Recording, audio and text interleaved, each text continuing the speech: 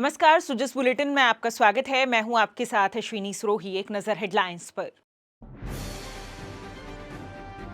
राजस्थान और वैश्विक प्रवासी समुदाय के रिश्तों को नया आयाम देगा प्रवासी राजस्थानी दिवस 2025। मातृभूमि के हित में योगदान देने के लिए प्रवासी राजस्थानियों को साथ लाने की अनूठी पहल। राजस्थान में पहली बार आयोजित होगा घूमर फेस्टिवल 2025। केंद्रीय संस्कृति एवं पर्यटन मंत्री ने किया पोस्टर विमोचन। सांस्कृतिक कार्यक्रम को लेकर कलाकारों में दिख रहा उत्साह।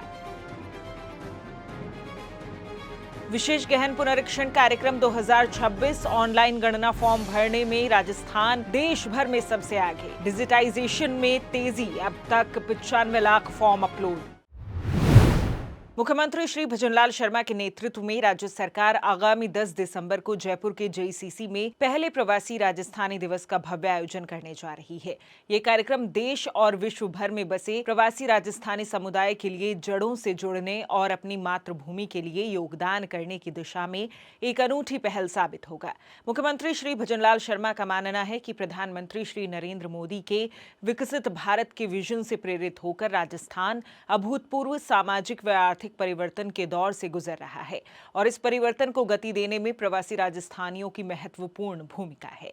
इसी क्रम में राज्य के विकास में प्रवासी राजस्थानियों की भूमिका को और सशक्त करने, उनकी उपलब्धियों का सम्मान करने और उन्हें निवेश, नवाचार तथा सामाजिक योगदान के नए अवसरों से जोड़ने के लिए यह आयोजन किया जा रहा है। प्रवासी राजस्थानी दिवस के लिए पंजीकरण प्रारंभ होते ही देश विदेश में बसे प्रवासी समुदाय में इस कार्यक्रम को लेकर बेहद उत्साह दिखाई दे रहा है और वे राजस्थान के विकास में अपनी भूमिका को लेकर सक्रिय रूप से आगे आ रहे हैं।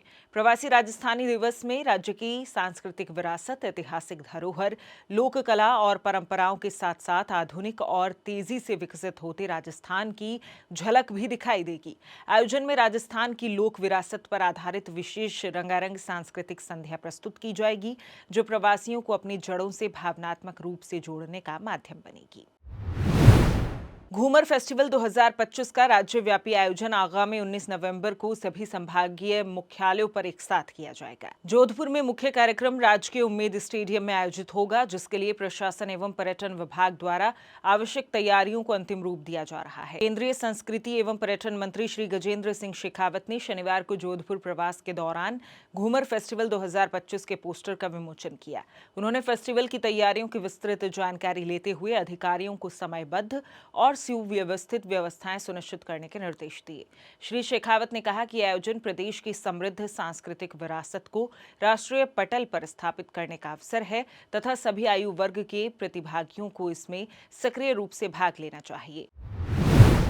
राजस्थान में मतदाता सूची के विशेष गहन पुनरीक्षण कार्यक्रम 2026 के अंतर्गत अब पूरा ध्यान गणना प्रपत्रों के डिजिटाइजेशन पर लगाया जा रहा है।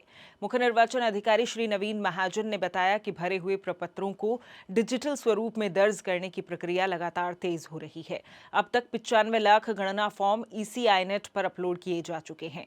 डिजिटाइजेशन में बाड़मेर, धौलपुर और गंगानगर आगे हैं, जबकि 12 कोटा, बूंदी में गति धीमी बनी हुई है। उन्होंने सभी जिला निर्वाचन अधिकारियों को डिजिटाइजेशन के कार्य को तेजी देने के लिए विशेष निर्देश दिए। मुख्य निर्वाचन अधिकारी ने कहा कि डिजिटाइजेशन में किसी प्रकार की देरी ना हो, इसके लिए BLO को तकनीकी सहायता समय पर उपलब्ध कराई जाए।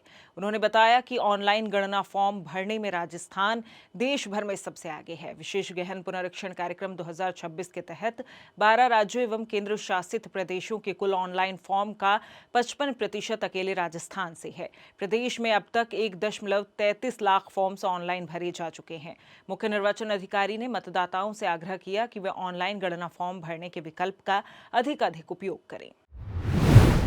प्रदेश में खेलकूद को नई दिशा और गति देने के लिए राज्य सरकार द्वारा व्यापक स्तर पर कार्य किया जा रहा है।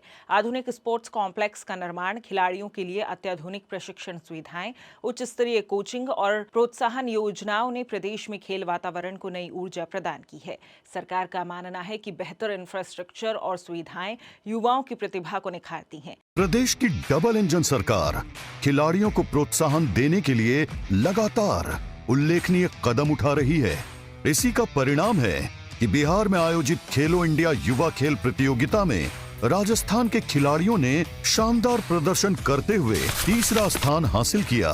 राज्य सरकार खेलों और खिलाड़ियों को प्रोत्साहन देने के लिए पूरी प्रतिबद्धता के साथ कार्य कर रही है।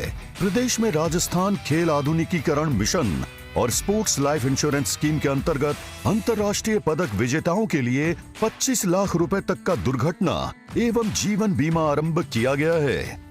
प्रतिभाओं को निखारने के लिए प्रशिक्षण केंद्रों की स्थापना राज्य सरकार द्वारा 250 करोड़ रुपए की लागत से जयपुर में महाराणा प्रताप स्पोर्ट्स यूनिवर्सिटी की स्थापना की जा रही है। यह अत्याधुनिक खेल अवसंरचना से युक्त विश्वविद्यालय प्रदेश की खेल प्रतिभाओं को उच्च स्तरीय प्रशिक्षण प्रदान करेगा। खेल अवसंरचना के विकास की दिशा में भी सरकार तेजी से कार्य कर रही है। जयपुर, भरतपुर और उदयपुर में 25 करोड़ रुपए की लागत से रेजिडेंशियल गर्ल्स स्पोर्ट्स इंस्टीट्यूट और 5000 से अधिक जनसंख्या वाली 3500 ग्राम पंचायतों में ओपन जिम की स्थापना की जा रही है। निखर रही खेल प्रतिभाएं, गढ़ रही नए कीर्तिमान। हमारी सरकार का संकल्प है कि हर खिलाड़ी को अवसर मिले, हर युवा अपनी प्रतिभा को निखार सके। इसके लिए हमने गांव तक खेल मैदान और हमने स्टेडियम बनाने का संकल्प लिया है, जिससे हमारी प्रतिभाएं निकल करके आए और हमारे राजस्थान का नाम रोशन करें।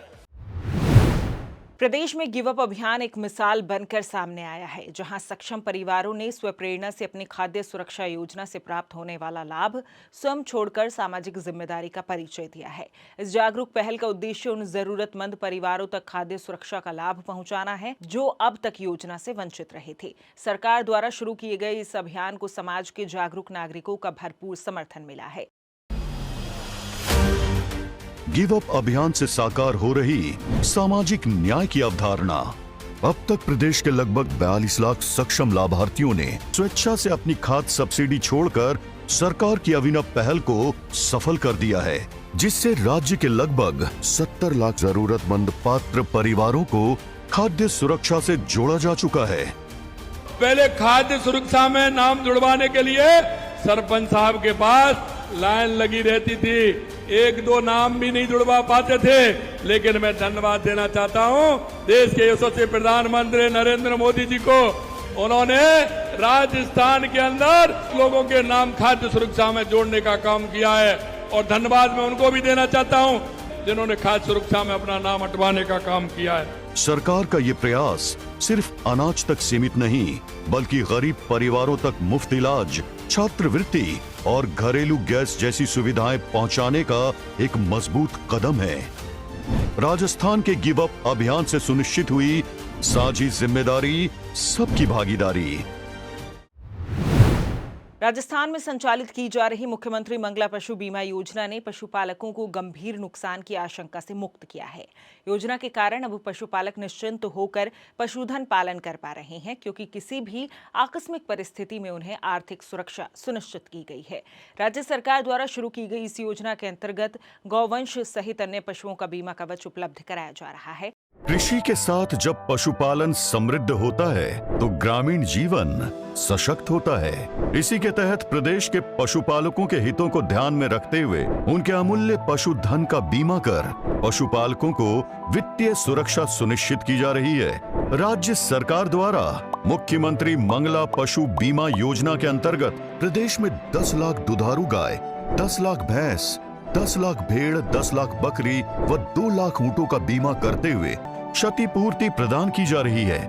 इस योजना के माध्यम से सरकार द्वारा लगभग 9 लाख से अधिक पशुपालकों के लगभग 20.30 लाख पशुओं का पंजीकरण किया जा चुका है, जिससे पशुओं की देखभाल आसान एवं पशुपालकों का जीवन चिंता मुक्त हो रहा है।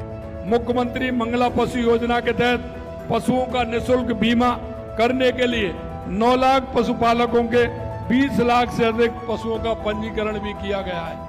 क्यों उनका पशुओं का भी बीमा होना चाहिए, क्योंकि पशु भी महंगा हो गया। कितने में गाय आती है, भैंस आती है, ऊंट आता है।